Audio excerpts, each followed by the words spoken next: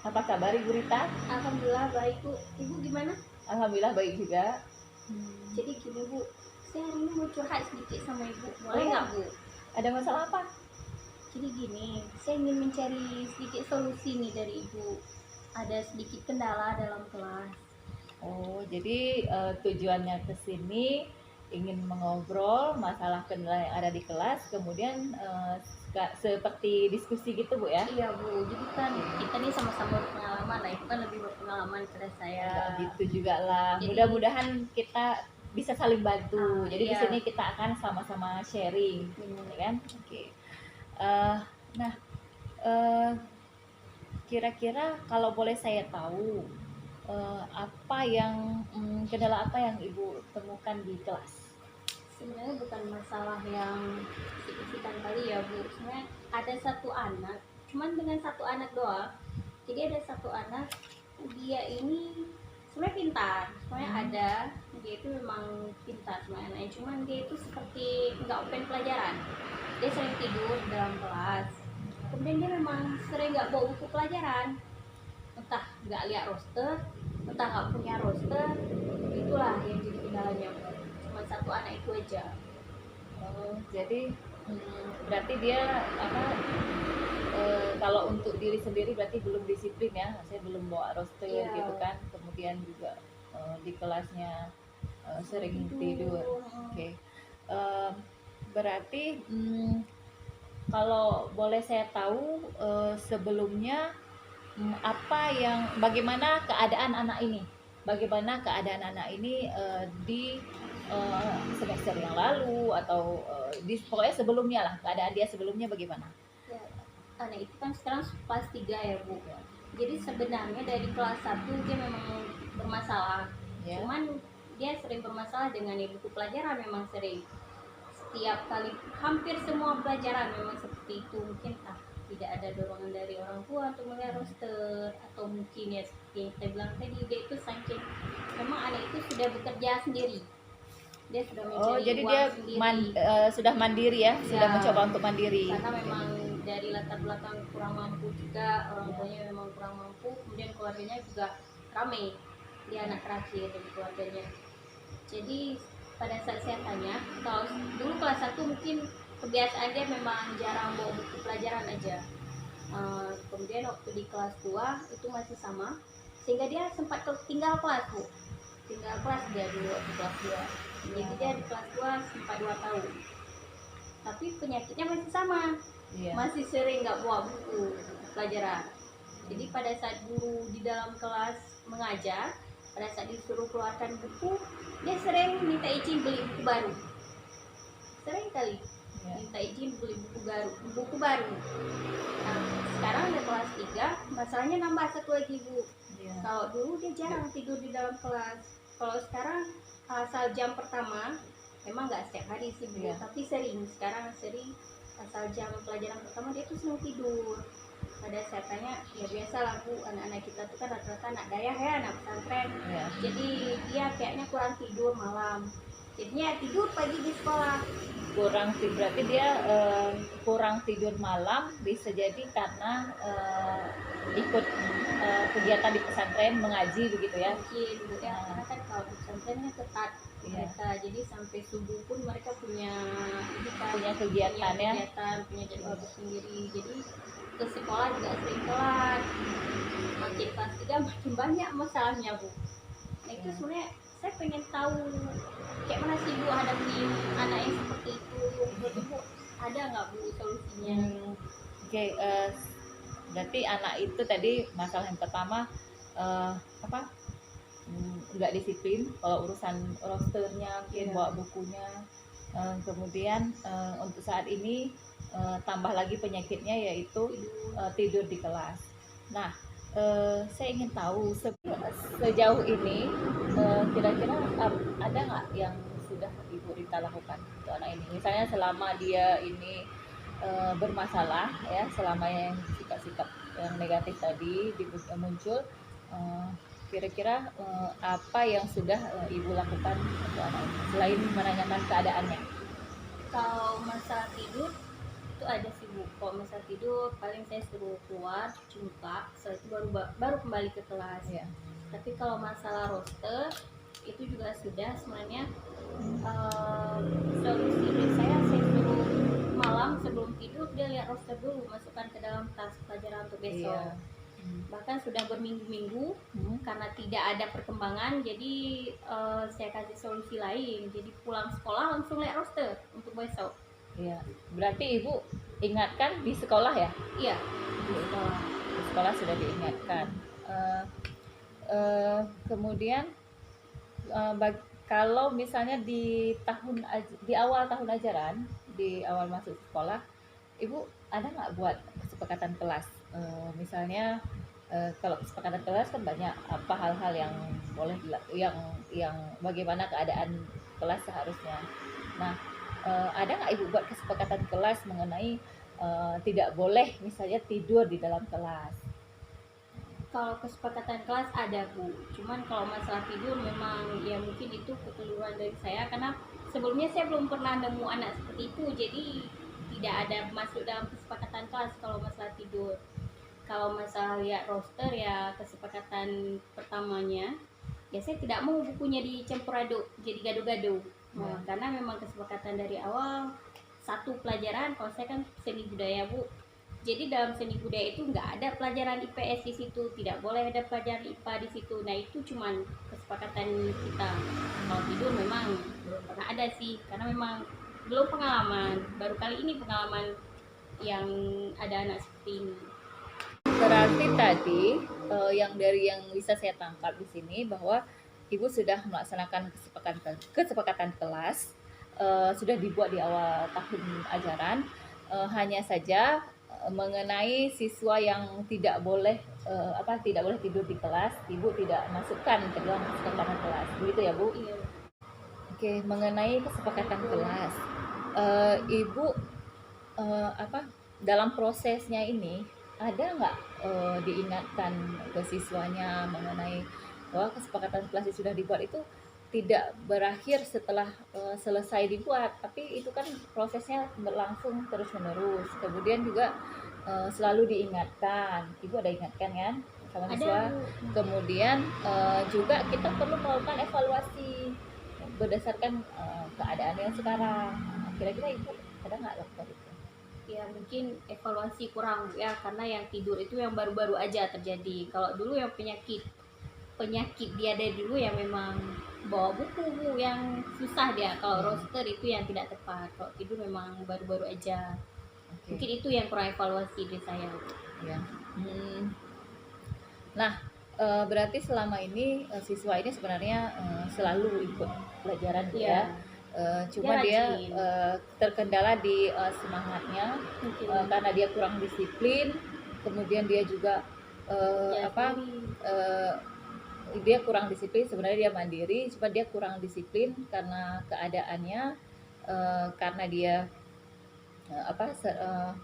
karena proses karena di rumah dia harus mengaji, kemudian dia sampai bisa telat bangun, seperti itu. Sebenarnya kan yang kita inginkan anak ini bisa sekolah seperti biasanya, seperti anak pada umumnya, ya kan, seperti itu.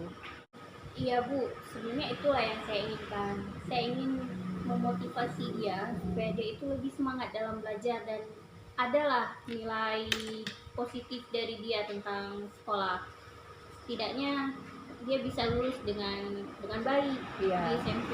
Ya benar sekali Bu. Jadi memang tugas kita sebagai guru harus memotivasi dia ya, supaya mungkin dia sudah pernah tertinggal di kelas 2 supaya tidak bisa mengejar ketinggalannya. Iya benar sekali, bisa mengejar ketinggalannya di kelas 3 ini dan bisa lulus bersama dengan teman yang lain dengan baik. Oke, kira-kira untuk kedepannya apa langkah yang ingin Ibu Rita lakukan untuk memecahkan masalah anak tadi yang tidak disiplin dan suka tidur di kelas? Kira-kira apa solusi dari Ibu? Mungkin pertamanya saya akan panggil dia ya Bu secara pribadi, tidak di depan kelas karena itu kan juga buat malu si anak. Jadi saya akan panggil pribadi, mungkin lebih ke pendekatan secara pribadi lah, karena biasanya kan kalau lebih ke pendekatan secara pribadi anak-anak lebih nyambung dan dia juga lebih merasa Dihargai, ya diperhatiin. benar.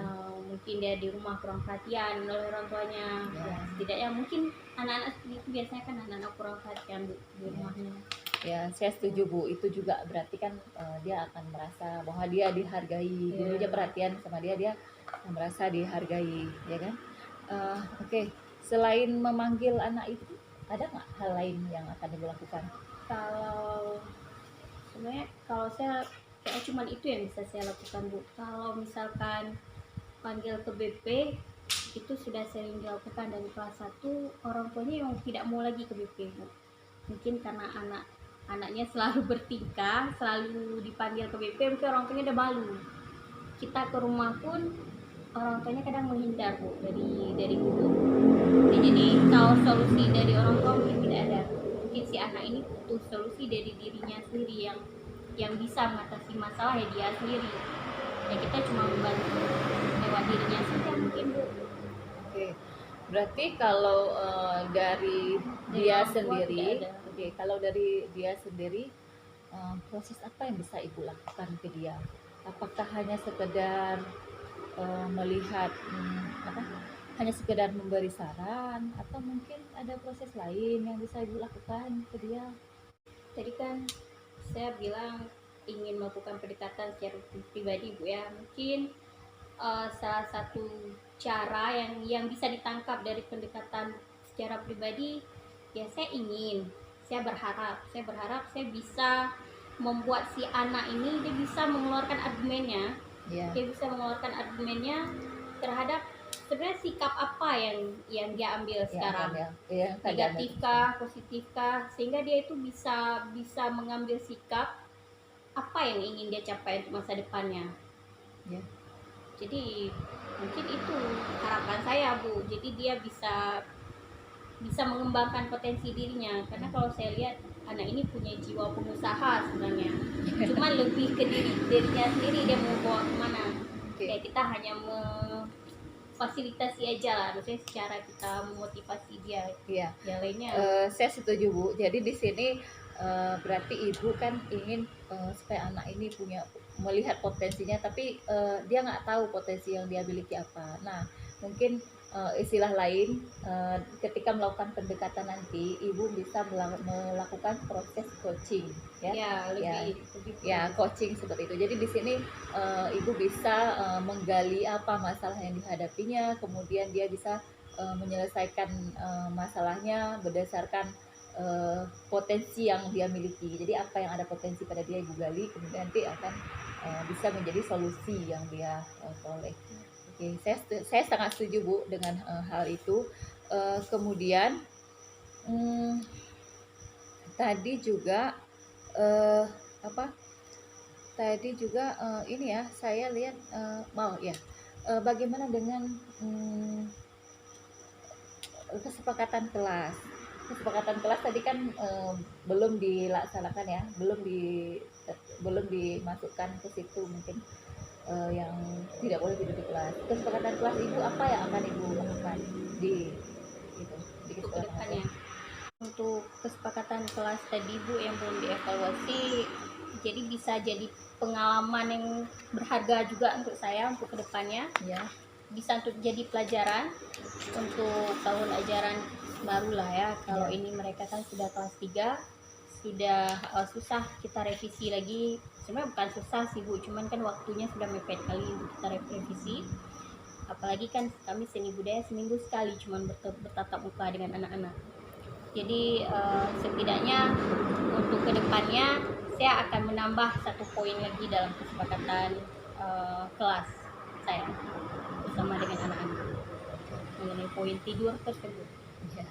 Ya Bu, mungkin kedepannya begini ya, kita harus menyesuaikan dengan keadaan. Mungkin ada yang luput dari luput dari pengamatan kita mengenai apa yang perlu kita buat kesepakatan kelasnya. Mungkin bisa kita perbaiki setelah proses evaluasi, bisa kita perbaiki sesuai dengan keadaan ya, Iya. sesuai dengan kebutuhan dan keadaan.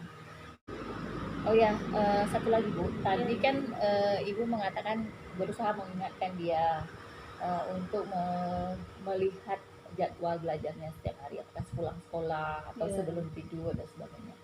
Kira-kira adakah cara lain yang bisa Ibu lakukan untuk supaya dia lebih gampang, mungkin mungkin ketika di sekolah dia ingat, pulang ke rumah dia lupa.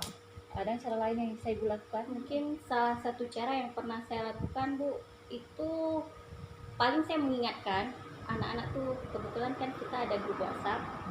Jadi paling ya dari grup itu malam saya ingatkan jangan lupa lihat roster untuk besok, tapi tidak khusus langsung ke dia Bu, karena mungkin si anak kalau khusus langsung kita kasih apa bisa japri dia ataupun jaringan kirim secara pribadi, ya persepsi si anak kan beda-beda Bu Iya. ya. Jadi ya Nanti kalau dianggap dari grup dia pun tidak merasa untuk dirinya sendiri, walaupun sebenarnya kita kritik maksud kita untuk dia yang memang jarang lihat roster. Ya, bagus sekali Bu. Selama ini apakah Ibu pernah meminta tanggapan atau saran dari guru lain mengenai masalah si anak tersebut? Karena saya sebenarnya disiplin ini masih menjadi masalah utama ya rata-rata Iya. kita siswa kita di sekolah. Pernah sih Bu, jadi dulu saya pernah konsultasi dengan Wakapul Iya. jadi Bu Marlina ya. Kebetulan saya lebih nyaman ngobrol sama beliau. Jadi saran dari beliau itu setiap hari saya harus mengecek tas si anak, pelajaran apa saja, buku apa sih yang dibawa hari itu, apakah dia membawa semua pelajaran pada hari tersebut. Ya. Dan itu ada saya kerjakan berlangsung selama kurang lebih 2 minggu Bu. Nah, 2 minggu itu setiap hari saya ke kelas, saya cek tasnya, ya meskipun dalam sehari itu adalah satu pelajaran yang benar betul dibawa bukunya, kadang ya seperti biasa semua buku dibawa dalam tas, diteng-teng semua buku dalam tas, kayak sedikit-sedikit mungkin ada perubahan, tapi karena setelah 2 minggu kita nggak pernah cek lagi kan, kita kirain 2 minggu ada cukup Bu, kan nggak mungkin juga setiap hari kita harus pantau dia, harus cek tas dia, kan nggak mungkin juga Bu. Ya mungkin setelah itu sifatnya kembali lagi Bu, Kembali ke semula. iya kembali lagi ke semula. Mungkin dia merasa bukan kesadaran sendiri, mungkin dia bawa buku karena merasa terbebani aja, karena kita setiap hari mengecek buku dia mungkin Bu ya. Tapi ya kita nggak tahu pribadi dia bagaimana. Berarti sudah mencoba saran seperti apa, sudah melakukan hal seperti itu bersama teman. Nah, berarti di sini saya rasa tanggapan dari Ibu tadi mungkin karena selama ini begini, karena selama ini kita selalu sifatnya hanya memberi saran, kemudian memberi perintah, memberi saran, mengingatkan, tapi kita tidak pernah ya meminta anak ini untuk menggali apa yang saran bagaimana solusi untuk dirinya sendiri. Nah, mungkin jika dia bisa punya solusi dari dirinya sendiri, mungkin kedepannya bisa berubah ya. Bagaimana kalau menurut Bu? Mungkin benar juga Bu ya, mungkin ya seperti yang kita bilang tadi, kita kurang dekat dengan pribadi si anak, jadi kita tidak tahu sifat aslinya bagaimana, karena yang kita kenal kan hanya sifat yang tampak di sekolah, sedangkan sifat aslinya di rumah, di keluarganya ataupun di lingkungan dia bagaimana kan kita tidak tahu ya. Jadi ya mungkin perlu perbaikan dari kitanya juga, kita harus lebih menggali potensi si anak, dan dia seperti bilang tadi. Nah Bu, kira-kira dari sepanjangnya tadi sudah kita bicarakan, apa yang Ibu temukan dari pembicaraan kita pada hari ini? Alhamdulillah, berarti sudah ada solusinya berarti Bu ya. Secara tidak langsung berarti dengan ngobrol dengan Bu Widya seperti ini, berarti saya sudah menemukan solusi dari saya sendiri soalnya. Oke, sekarang coba Ibu ceritakan apa yang akan Ibu lakukan dengan solusi yang sudah Ibu temukan tadi. seperti yang kita bilang tadi, yang pertama saya mungkin akan memanggil anak tersebut secara pribadi, tidak Iya. dalam umum. Iya. Jadi dari situ saya akan coba membuka wawasannya dia tentang jati diri dia sendiri. Iya. Jadi dia bisa menemukan jati diri dia sendiri, kepercayaan diri dia dulu, Iya. baru dia bisa bertanggung jawab atas dirinya sendiri. Jadi ya kita cuma paling menemukan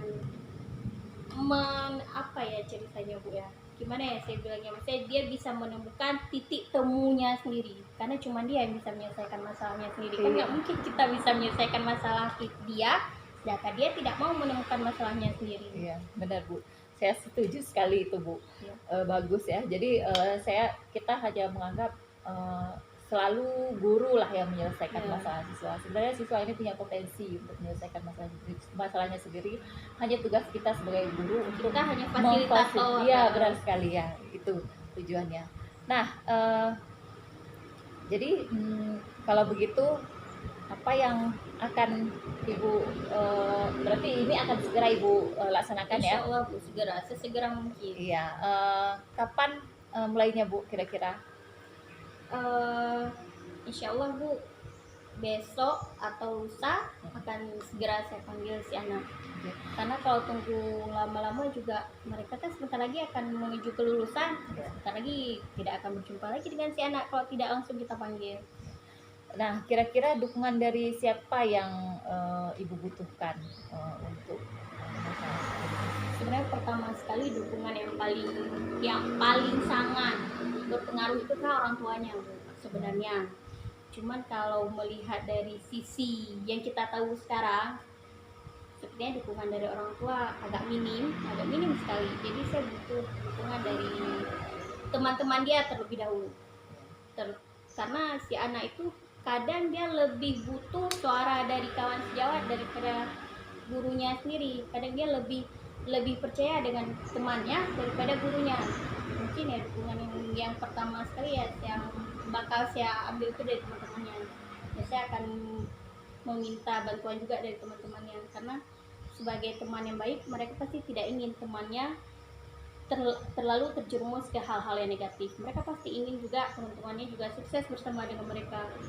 Selain dari teman-temannya mungkin ya dengan juga dari guru-guru lain, bahkan yang sering ngajar di kelas dia, terutama juga dari kepala sekolah, karena itu kan peran penting juga di sekolah, kepala sekolah dan guru lain.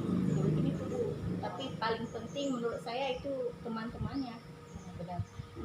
Jadi kalau misalnya tidak dari siswa yang lainnya tidak didukung, mungkin ketika dia akan mencoba untuk berubah tidak ada contoh tidak, yang benar. Kemudian kalau kami Bu, insya Allah kami siap mendukung. Saya siap juga. Alhamdulillah Bu. Makanya hari ini saya ingin curhat sama Ibu karena saya merasa saya bisa menemukan solusi dari pembicaraan kita hari ini. Berarti saya sangat mengapresiasi apa yang akan Ibu lakukan. Nah, kira-kira mungkin ke depan kita bisa bertemu lagi Bu, ya, pasti, Bu. untuk membahas apa yang sudah Ibu lakukan, bagaimana keadaan siswanya ke depan. Mungkin kita bisa bahas lagi bersama-sama. Iya Bu, pasti Bu. Nanti saya kalau bisa ada kendala apa-apa lagi, semoga Ibu tidak bosan-bosan mendengar curhat saya Bu. Ya, sama-sama, kita kan sama-sama membantu. Ibu sendiri yang bisa menemukan solusinya, ya kan? Iya, alhamdulillah. Oke, baiklah Bu, berarti insya Allah ini akan saya laksanakan kan? Iya, insya Allah. Iya, insya Allah. Berarti mudah-mudahan bisa dilaksanakan dengan baik. Ibu punya solusi, siswanya juga bisa mendapatkan solusi yang baik ya untuk menyelesaikan masalah yang kita hadapi. Iya. Baiklah Bu, berarti ini sudah ini ya, kita pun sudah nggak punya sudah selesai kegiatan. Makasih banyak Bu ya. Jadi alhamdulillah juga hari ini saya bisa menemukan, misalnya jernih lah pikiran saya hari ini, bisa ngobrol-ngobrol sama Bu Widya. Alhamdulillah, makasih banyak Bu ya. Sama-sama, alhamdulillah saya juga bersyukur ya, bisa berbagi lah sama Ibu. Kita ketemu lagi Bu, next time ya. Iya.